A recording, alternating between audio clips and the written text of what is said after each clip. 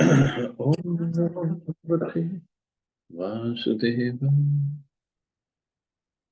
Narayanam Namaskritya Naram Chaiva Narottamam Devim Saraswatim Vyasam Tato Jayam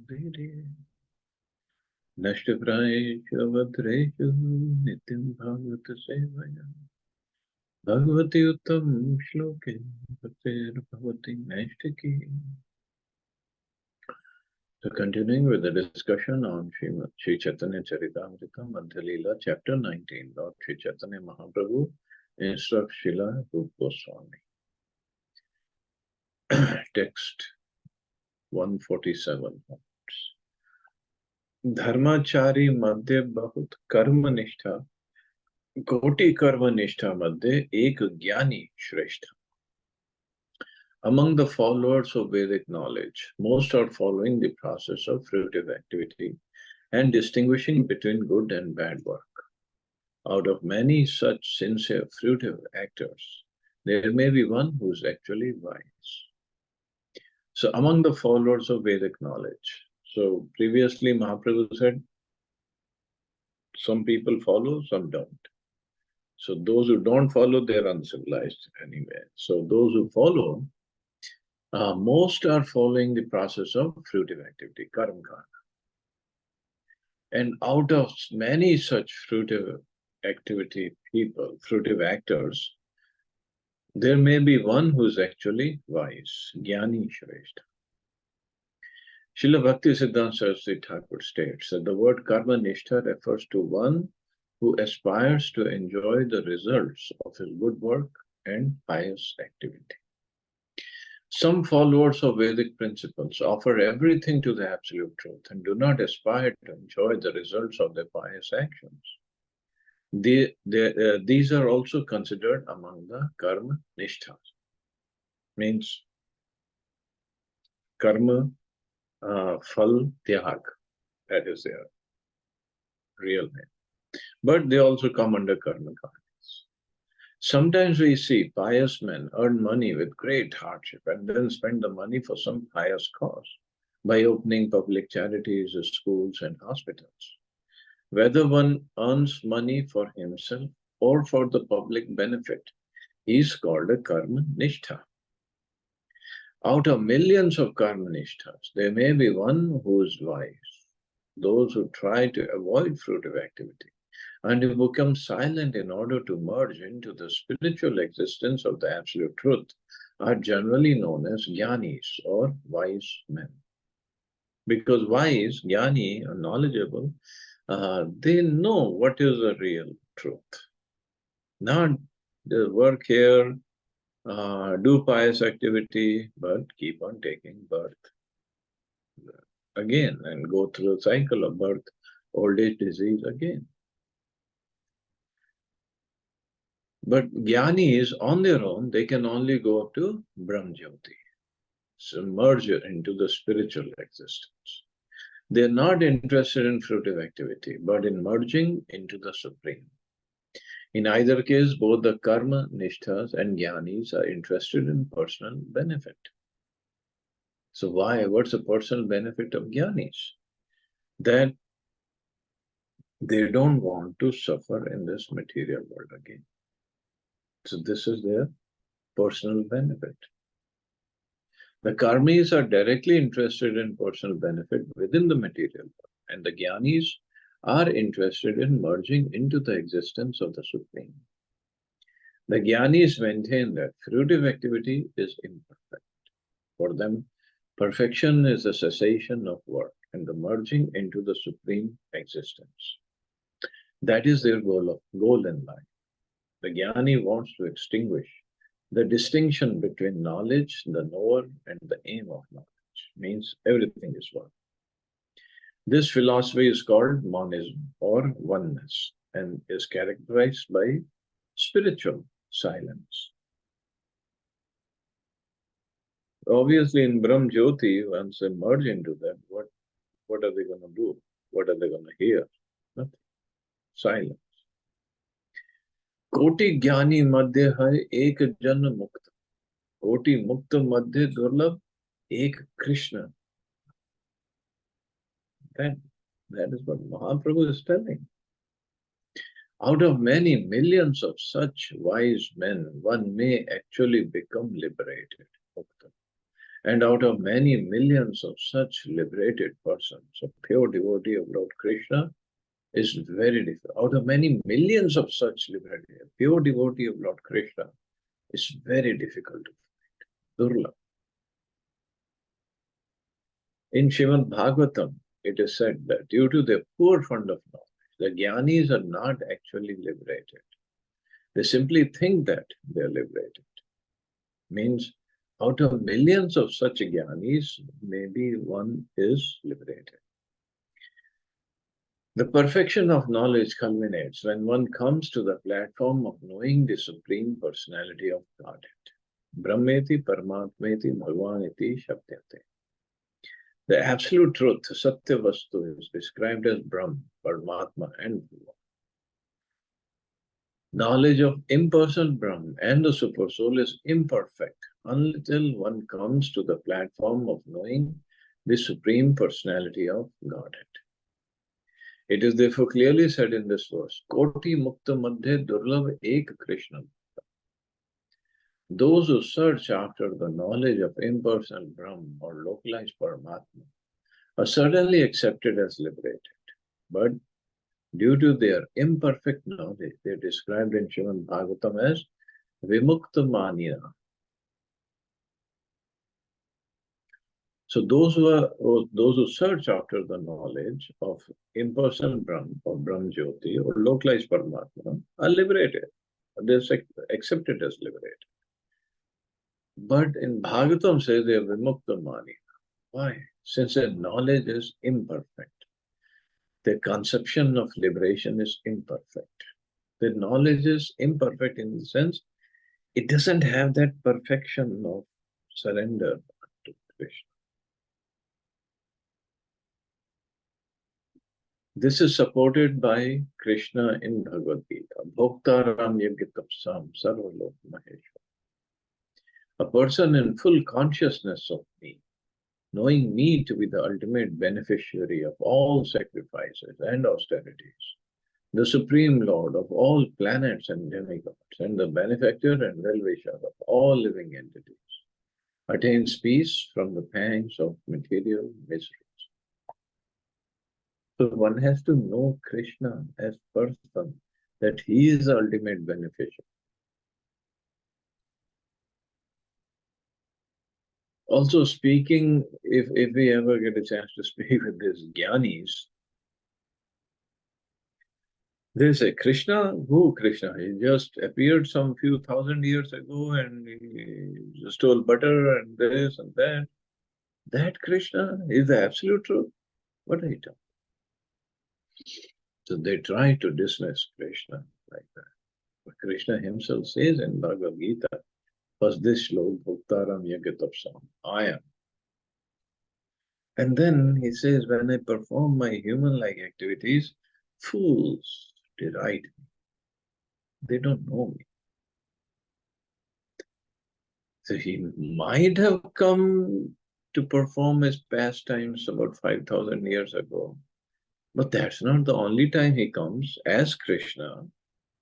And still, it doesn't mean he's not the Supreme Personality. How does it mean that he's not? Just because he appeared before us only 5,000 years ago? It's not a good logic.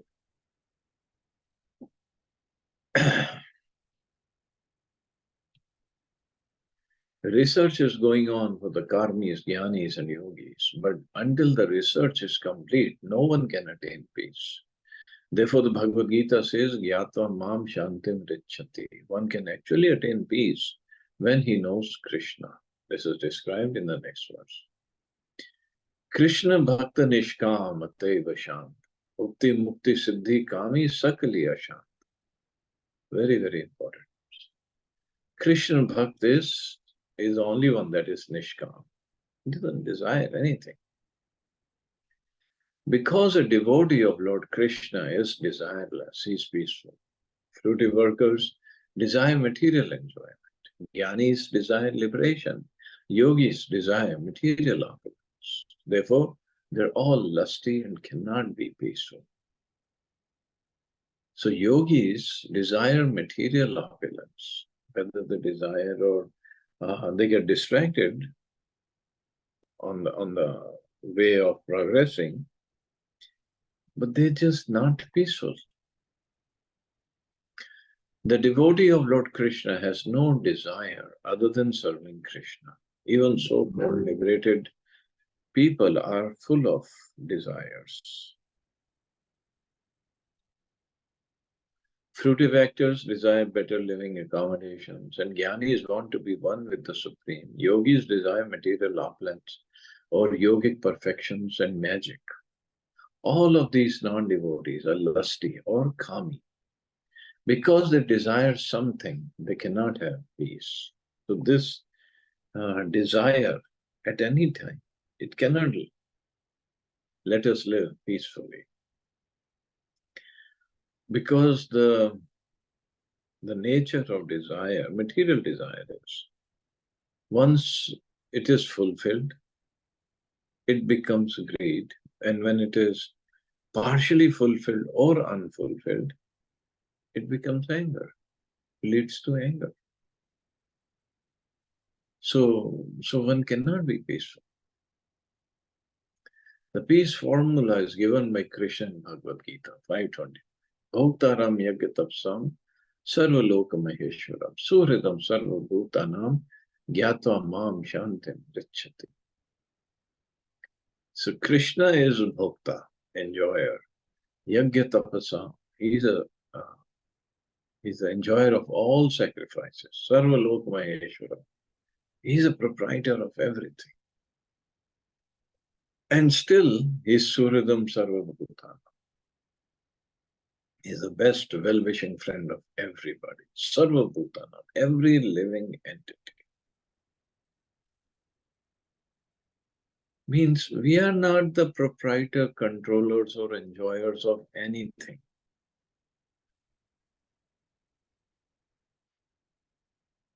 Recently, I heard a very, very nice story. I'd never heard it before. So, when Maharaj Yudhishthir performed this Rajsuya Yajna, and Krishna was the person who got the Agra Puja, first puja done. And there was a condition or not a condition, there was a thing, it is said that when the shank starts sounding, that means the yajna is complete. And it will sound on its own. Nobody is going to blow in it. Okay. So Yudhishthira Maharaj tried to do perfectly yajna. Even Krishna was worshipped. Everybody was taken care of nicely, fed, all the sadhus, everybody was fed, given the dakshina, charity to everybody. Still, there was no sound from the conch shell. Then Yudhishthira Maharaj went to Krishna, because ultimately devotee goes to Krishna. Now, what did we do wrong? How come there's no sound from the shank? Krishna said, you did everything perfectly, but you haven't fed a devotee, pure devotee of Lord. So you have to find him, feed him. Okay, where do we find him? I mean, we have fed so many sadhus, so they're not pure devotees. Not compared to that person. Okay, who's that person? Oh, he is living in your kingdom. Yudhishthira Maharaj, he's living in my kingdom, such a Mahabhagavat, and I don't even know about him. Please tell me who is it, and we'll go ask him to come and accept the offerings.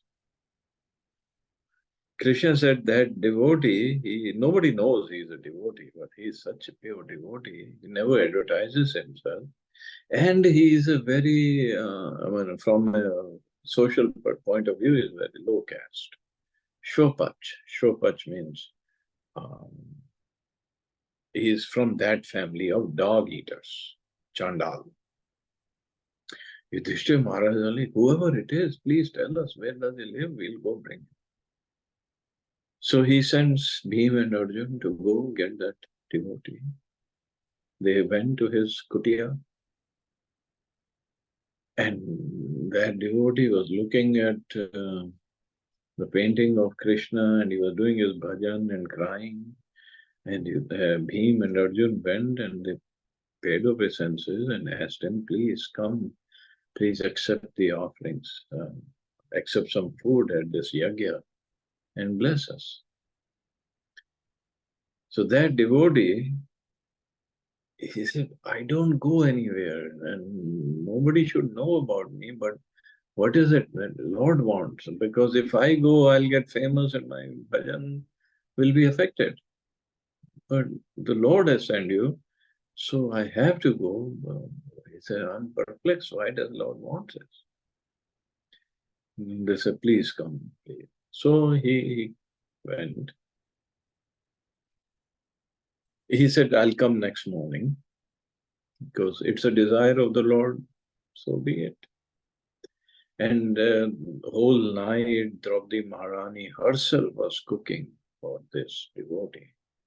She made wonderful preparations. In the morning, this devotee came and he sat down and he was served prasadam. But what he did, he just mixed everything. All the kheer and laddu and sabji, dal, rice, everything he mixed. And he started eating. And he was enjoying. But Draupadi Maharaj, she looked at it. She said, what is this? I spent the whole night preparing this wonderful feast for him. And if a king had come, he would have really enjoyed. But look at him. He just doesn't know how to enjoy, how to properly honor prasadam. So the devotee ate, and still there was no sound from the conch shell. Now Yudhishthira Maharaj was more disturbed, more perplexed. What is happening? Krishna, please tell us, what did we do wrong? Why there is no sound? You said, feed such a great Mahabharata. Krishna said, actually, you did everything right, but somebody committed an offense. So Draupadi came and she said, yes, I committed an offense. In my mind, I was thinking, if it was a king, if we had served him nicely, he would have really appreciated all the cooking. But he's just a low-class chandal, so he doesn't know. But she said, please forgive me for thinking like this. But please tell me, why did you mix everything? And then he says, actual enjoyer is Krishna, Supreme Lord. I'm not the enjoyer of all these preparations. I'm enjoyer, or I only look at everything from devotional perspective. I'm looking at your devotion in everything that is cooked, and Krishna has accepted. So he has given me. But if I start enjoying each and every item, that will be wrong, because actual enjoyer is Krishna. Of course, every devotee has their own viewpoint, but this was his viewpoint. The point is, we have to understand, we are not the enjoyers. Whether we get some pleasure in our services or anything, that is different. That's also, we have to consider, it's mercy of Krishna. But original enjoyer is Krishna. It's hard to understand, hard to come to this conclusion. Because we say, if we think, okay, Krishna is enjoyer, I'm just a servant, oh, why should I work hard? This is where bhakti comes in. A devotee works hard for Krishna's pleasure, not for his own pleasure or his own profit. To bring these teachings into practice, that is bhakti. Theoretically we know, but to practically apply it.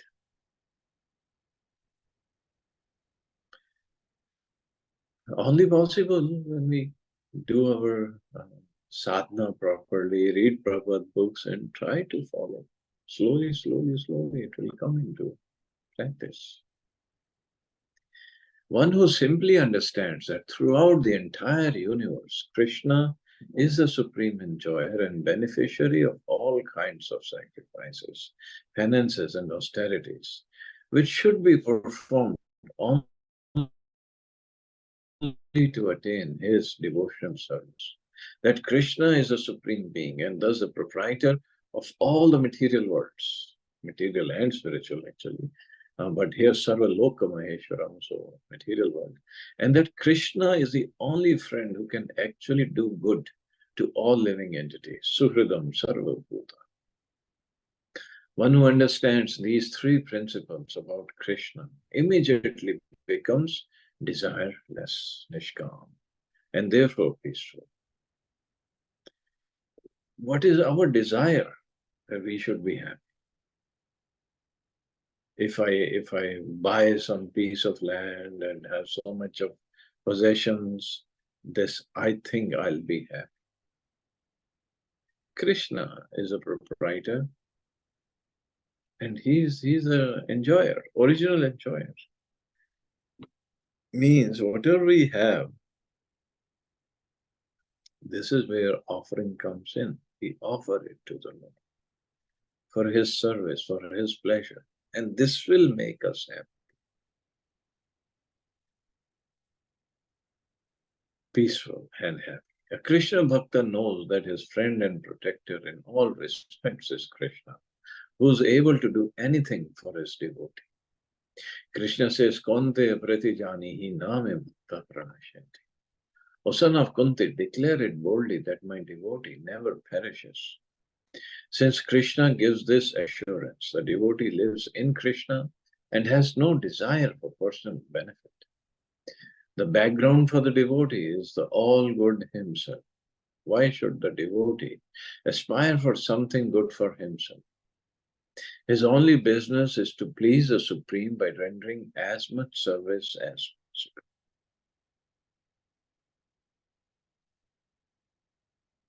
A Krishna Bhakta has no desire for his own personal benefit. He is completely protected by the Supreme. Avashya rakhive Krishna Vishwasabhava.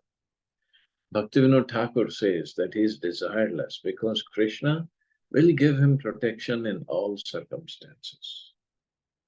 And if Krishna is there to give protection, how much, first of all, why should I worry about it? And Krishna is so capable, he can protect a devotee from everything, every kind of danger. If I try to protect myself, how much I can protect? Not from every kind of danger. But this is where Krishna comes in. What? That faith has to be there, that service has to be there. The child does not know. It's not that he expects any assistance from Krishna. He simply depends on Krishna, just as a child depends on his parents. The child does not know how to expect service from his parents, but he is always protected nevertheless. This is called Nishkam. Although karmis, jnanis, and yogis fulfill their desire by performing various activities, they never satisfy. A karmi may work very hard to acquire $1 million, but as soon as he gets $1 million, he desires another million. For the karmis, there is no end of desire. The more the karmi gets, the more he desires. The jnanis cannot be desireless because their intelligence is unsound. They want to merge into the Brahman effulgence. But even though they may be raised to that platform, they cannot be satisfied there. The many jnanis or sannyasis who, after taking sannyas and giving up the world as forms, return to the world to engage in politics or philanthropy or to open the schools and hospitals. This means that they could not attain the real Brahma Satyam. They have to come down to the material platform to engage in philanthropic activity. Because some activity has to be there. Either we serve God, or we serve, say, humanity, or we serve dog. We have to serve. For Jnanis and Brahm Jyoti, there is no service, there is no activity. Thus, they again cultivate desires, and when these desires are exhausted, they desire something different. Therefore, the Jnani cannot be Nishkam or desireless, nor can the yogis be desireless, for they desire yogic perfections in order to exhibit some magical feats and gain popularity. People gather around these yogis, and the yogis desire more and more adulation. Because they misuse their mystic power, they fall down again to the material platform.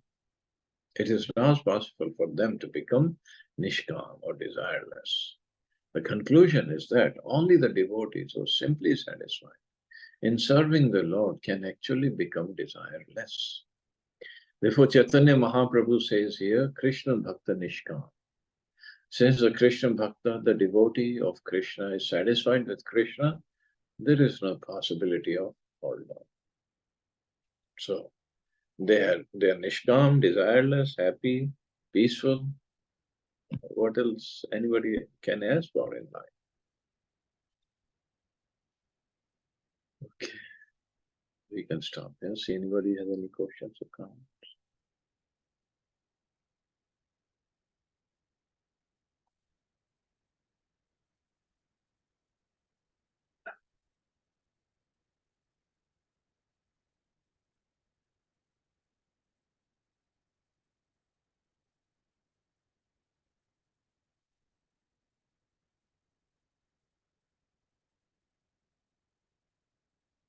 Okay, you all have a safe and wonderful day. Hare Krishna. Jai Shri Prabhupada.